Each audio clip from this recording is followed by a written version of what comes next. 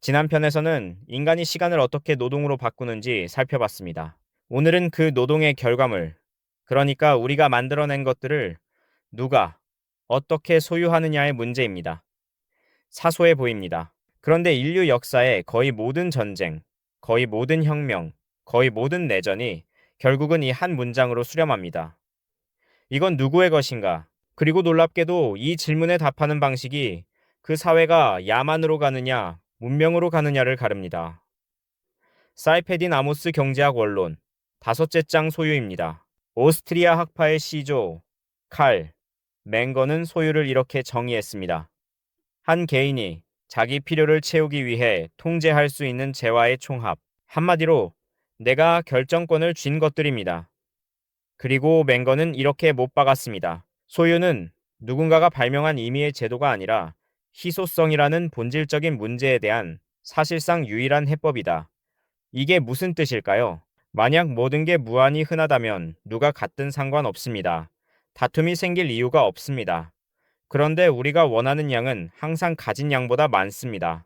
그래서 우리는 가치를 매기고 보살피고 빼앗기지 않으려 합니다.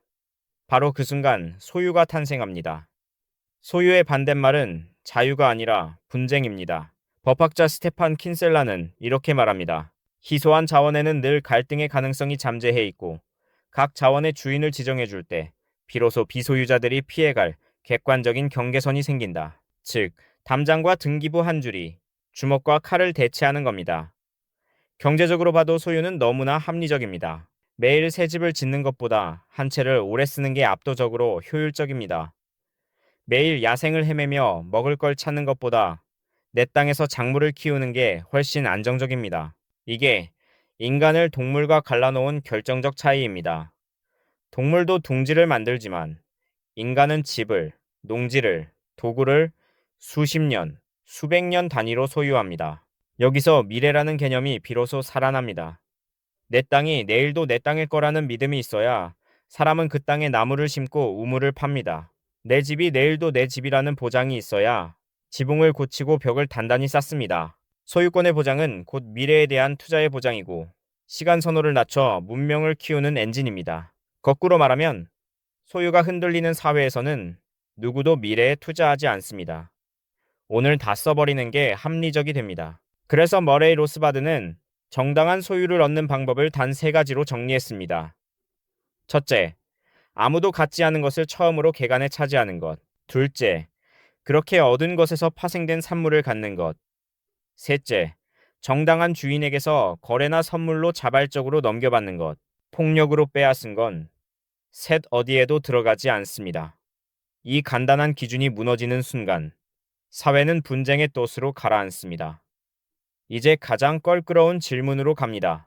인간 자체도 희소합니다. 모두가 누군가의 시간을 원합니다. 그렇다면 인간이라는 존재의 결정권은 누구에게 있는 걸까요?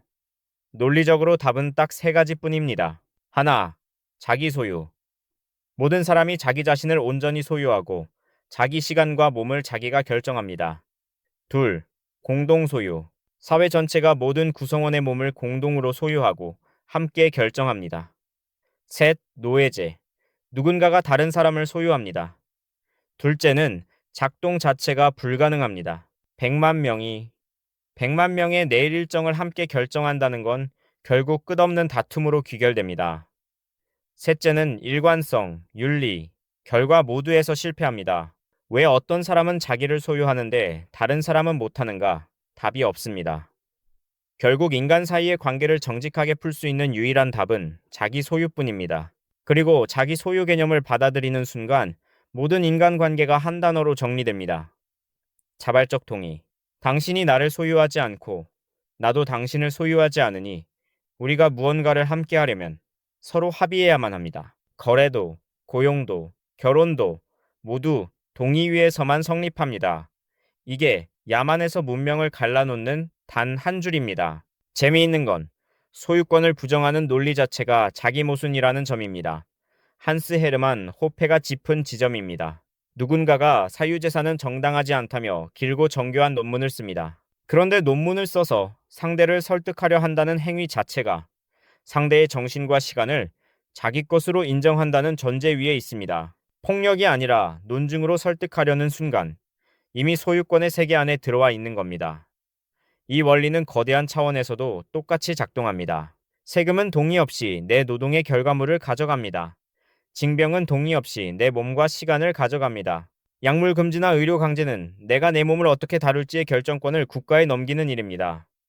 정도의 차이만 있을 뿐 모두 자기 소유 원칙에 대한 침해입니다. 역사가 보여주는 바도 한결같습니다. 사유재산을 폐지한 모든 체제는 예외 없이 기근, 빈곤, 갈등으로 귀결됐습니다. 사회주의가 망한 건 의도가 나빠서가 아니라 소유권이 없으면 누구도 미래를 위해 오늘을 희생할 이유가 사라지기 때문입니다. 미제스의 말 그대로입니다. 사유 생산수단은 시장 경제의 근본 제도이고 그것이 없는 곳에 시장 경제는 존재하지 않는다.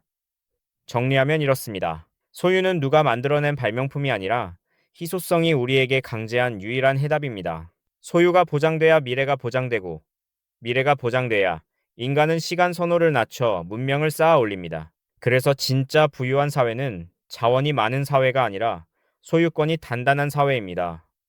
그런데 여기서 한 발 더 들어가야 합니다. 아무리 등기부가 튼튼해도 화폐가 매년 묽어진다면 그 소유는 가짜입니다. 인플레이션은 가장 조용한, 가장 정중한 형태의 재산 몰수입니다. 누구도 당신의 집을 가져가지 않지만 당신이 모은 돈의 구매력을 매년 야금야금 가져갑니다. 그래서 진정한 자기 소유의 완성은 두 단계를 거칩니다. 첫째, 내 노동과 자산에 대한 소유권. 둘째, 그 노동의 결과를 시간이 지나도 묽어지지 않게 담아내는 돈. 2100만 개로 고정된 비트코인이 그 두 번째 자리를 채우는 이유입니다. 그 어떤 권력도 추가 발행으로 당신의 지분을 물킬 수 없는 인류 역사상 가장 정직한 재산 등기부입니다. 다음 편에서는 이렇게 소유한 도구가 인간의 생산성을 어떻게 폭발적으로 끌어올리는지 다룹니다. 자본입니다.